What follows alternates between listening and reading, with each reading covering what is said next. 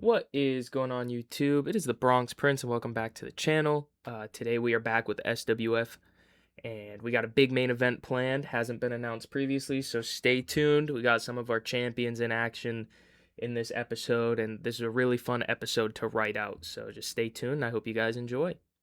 So first things first, in the pre-show, Forrest Ratzlaff defeats Keith Vegas with a Universe backbreaker. Weird that that's a submission move, by the way. To me, like just the backbreaker, like what does he do? Like just stretch him over his knee. Anyway, 42 rated segment or match altogether. Forrest Ratzlaff with a 46, Keith Vegas with a 22.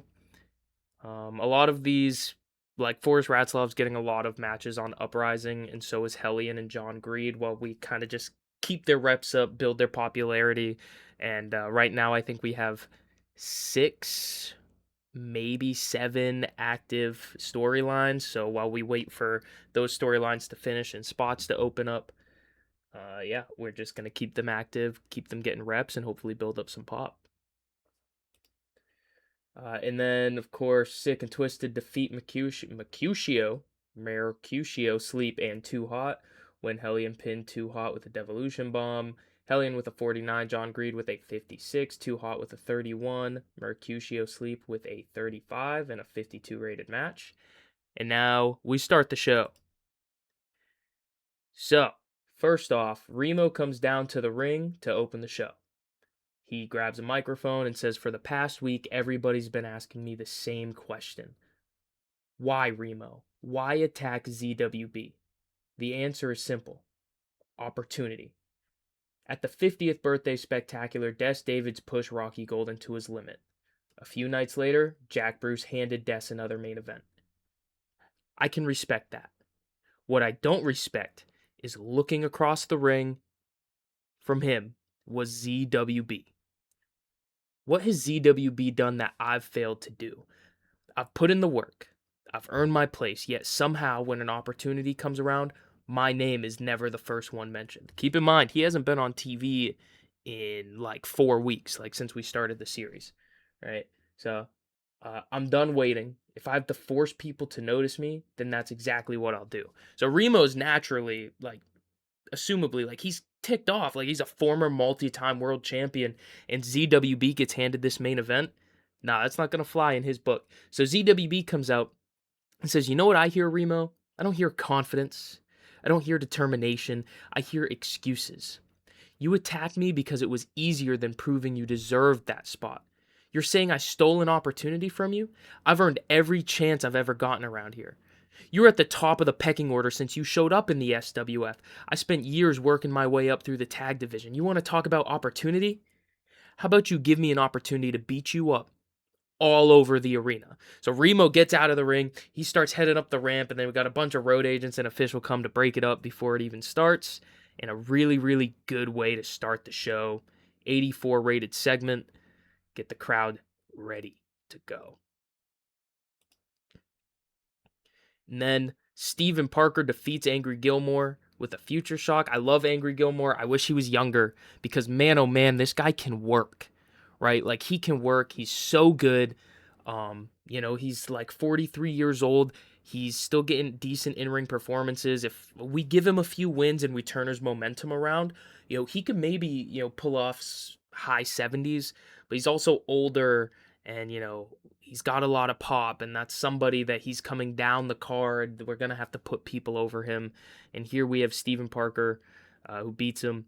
75 rated segment altogether. Steven Parker with a 63, Angry Gilmore with a 68. And Steven Parker grabs a microphone after his match and says, "Last week I was responsible for Kip Keenan taking his eye off the ball against a member of my Supreme Dream Team, Mainstream Hernandez.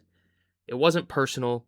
It was business. You see, respect is earned around here. December of 2020, he's talking to Kip Keenan here, obviously. You showed up here and assumed because of the hype that came when you left Puerto Rico, you could skip the line. No, that's not how it works. I've been here for almost 7 years, working my tail off for a spot that no matter what was never given to me. And now people are finally starting to see the sensational one for what he's been this whole time. And I won't. No. I can't let you ruin everything I've worked for." Good little promo here from Steven Parker. hyping up this, lower mid-card to mid-card feud, hopefully to rocket them both up the card a little bit. And then we cut backstage, and Spencer Spade walks into the arena. Of course, he wasn't here last week, and the Rat Pack swarm him. Paul says, "Spencer, there you are. You weren't here last week, and we were worried." So Monty speaks up and says, "Look, what happened at the 50th birthday spectacular wasn't supposed to," so Spencer stops walking. And they stop talking. He slowly turns around, says, "Back up." Of course, the Rat Pack are visibly confused by this. So Justin Sensitive says, "We're just trying to," and Spencer kind of snaps at them, cuts him off again. "I said back up. For 2 weeks. Not one apology. Not one of you had the guts to explain how you let Brett Starr walk out with my championship." Paul Huntington again tries to speak up. "Spencer, if you just let us explain," Spencer cuts him off again. "No. Explain later. But right now, stay out of my way." He runs his shoulder into Paul Huntington and leaves the Rat Pack behind. Good little segment here, 79. I know I've been talking about it in the comments of some of these videos.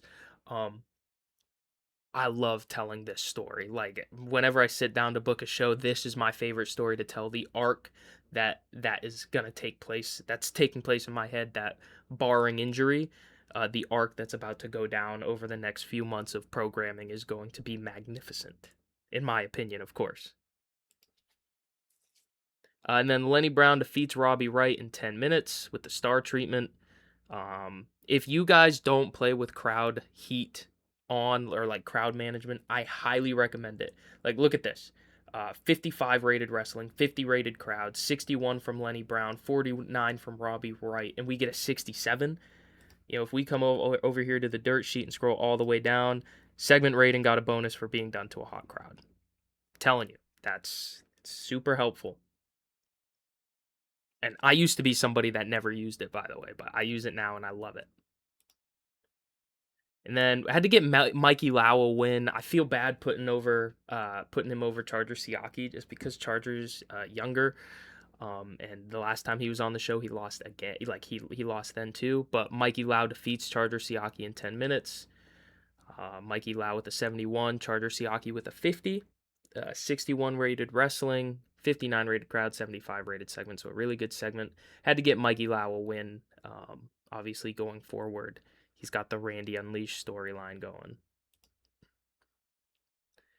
And then no storyline here, but just, Mainstream Hernandez is backstage with Justice Jolson. And he just says, "Justice, Primus Allen is no joke for most people, but you're bigger and stronger. Go out there and do the damage that we know only you can do." And then he goes out there and he doesn't do that. Primus Allen defeats Justice Jolson in 12 minutes with a running power slam. Primus Allen with a 72. Justice Jolson with a 39. I did this match on Uprising and it got a 69. And I was like, oh, great. I'm going to do this on Supreme TV. Of course, Justice Jolson's momentum's kind of in the toilet since then. In the toilet, he's had one match and he lost, and now he's got bad momentum. But he got a 39, Primus Allen with a 72. And like I said, again, the crowd heat saved the entire segment. So this episode's actually looking to be a little bit shorter. Maybe I'm talking too quickly. So I'm sorry if I'm talking too quick and I'm losing you guys. So anyway, Jack Bruce is backstage in his office. He says, "I'm happy to announce that we have 2 big tag matches to close out the show. First, I don't know why I didn't put the Faith and Old Glory as off-screen characters, but first, obviously, we know from last week, Faith and Old Glory will face off against the Awesomeness, a match with tag team championship implications. They should have been a part of this segment, at least off-screen, as these other 4 are. And then Jack Bruce continues to go on to say, and we know that Des Davids wants another shot at Rocky Golden. Spencer Spade clearly wants redemption after losing the North American Championship.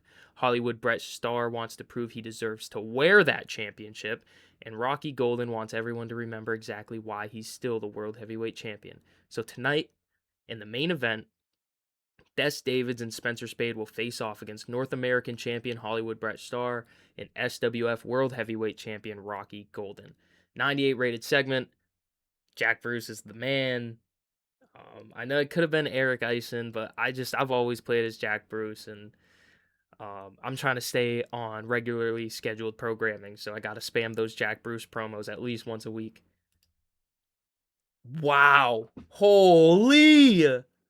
What a match. All right. So Faith and Old Glory defeat the Awesomeness when Maddie Faith pins Jefferson Stardust with a leap of faith. Mass Patriot with a 71. Maddie Faith with a 67. Jefferson Stardust with a 70. Huey Cannonball with a 68. Oh man, 80 rated segment. I was thinking I wanted to make this match the main event just because like it was telling the story, and I was like, I don't know if it'll do good enough for us to pop a good rating. So that's why I had this other tag team main event added in.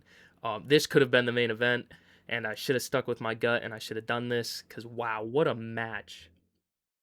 Holy. And then stinks that this one wasn't as good as the first one. But Des David should have been a part of this too. Whoopsie daisy, but that's okay. Anyway, before the main event, the Rat Pack catches up with Spencer Spade. Of course, he clearly, just based on this segment, hasn't talked to them. Marshall Dillon made it in there somewhere, somehow, some way. Marshall Dillon's got absolutely nothing to do with this segment. The only thing I can think of is I got no clue how he ended up in this segment. I'm gonna be for real. Um, Monty Trescott. I've got zero clue because that's definitely supposed to be Des Davids in there, not Marshall Dillon. So my bad, guys. You guys know if you guys play TEW, something like this happens all the time sometimes. So anyway, Paul Huntington steps up. It's so embarrassing. Spencer, tonight we'll make sure. And Spencer cuts him off. He's not talking to these guys. He's not feeling it. He says, stop. 2 weeks ago, you had one job: protect my championship. Cage or no cage. You failed. Paul speaks up again. Spencer cuts him off once more. Just shut up and do your job. And he walks away. That's it. We get ready. Main event time. Marshall Dillon's not in the main event. I don't know how he got here. Marshall Dillon must have been walking backstage or something. I don't know. Got caught in the camera view. I got no clue how he ended up there. It's supposed to be Des Davids, but that's okay. Anyway, main event time. I'd be happy with anything over an 80, just because we had an 80 pop off on the show already. It's a good main event, right? Got a bunch of good guys. Theoretically, you got a hot crowd, hot storylines, 4 guys that can work, pop good ratings. Should do well, as long as there's no chemistry issues. Here we go. Main event time. Boom! Oh my goodness! Wow. Des Davids and Spencer Spade defeat Rocky Golden and Hollywood Brett Starr in 15 minutes when Spencer Spade pinned Hollywood Brett Starr with a supreme stunner following interference from Paul Huntington. During the match, Justin Sensitive and Monty Trescott took Rocky Golden out of the picture. Spencer Spade with an 82, Des Davids with an 81, Hollywood Brett Starr with an 83, Rocky Golden with an 89. Wow. What a match. This is the best match so far of the save. 85. This is only the second. I don't count I off YouTube I'm doing a save where it's like 1997. I don't count that because you just put Bret Hart in there and you'll have a good match. So I don't count that match when I go as like my first light blue rated. But this is only my second light blue rated in the Cornellverse. I do a CWA save offline, and I just had a main event do like an 86. So this is the second best Cornellverse match I've ever done. My goodness, an 85. Very, very excited for that. All I wanted was an 81. This should be the promos were pretty good. The matches were pretty good. This should be an 85 rated show, I think. Let's see. Yeah, exactly. 85 rated show for the boys. All right, let's see. That should give us some popularity growth, no? In America? Yes, it does. Perfect. We didn't go up, but we did increase our popularity there. Anyway, I hope you guys enjoyed. I know I talked a lot in this episode. I apologize, and I hope to see you in the next one. It's been the Bronx Prince, and I'm out. Later.